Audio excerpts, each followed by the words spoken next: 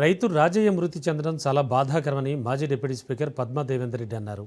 మెదక్ జిల్లా శంకరంపేటలోని అంబాజీపేట గ్రామానికి చెందిన రైతు రాజయ్య ఒడ్లు కొనుగోలు కాకపోవడంతో తీవ్ర మనస్తాపానికి గురై ఆత్మహత్య చేసుకున్నాడు. విషయం తెలుసుకున్న పద్మా దేవేందర్ రెడ్డి స్థానిక నాయకులతో కలిసి గ్రామంలోని రాజయ్య కుటుంబ సభ్యులను పరామర్శించారు. అనంతరం మెదక్ జిల్లా ఆసుపత్రి మార్చిరీ గదిలో ఉన్న రాజయ్య మృతదేహాన్ని పరిశీలించారు.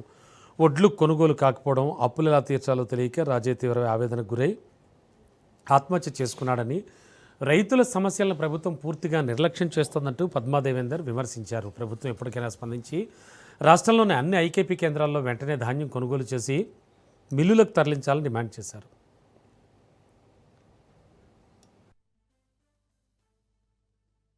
ముఖ్యంగా కారణమైతే ఆర్థిక ఇబ్బందులలో భాగంగా ఆయన డబ్బులు వస్తే వడ్ల పైసలు కనుక వడ్ల పైసలు వస్తే వడ్లు అమ్ముడు పోతే కనుక వాళ్ళకు మరి ఆర్థిక ఇబ్బంది తొలగిపోతుండే.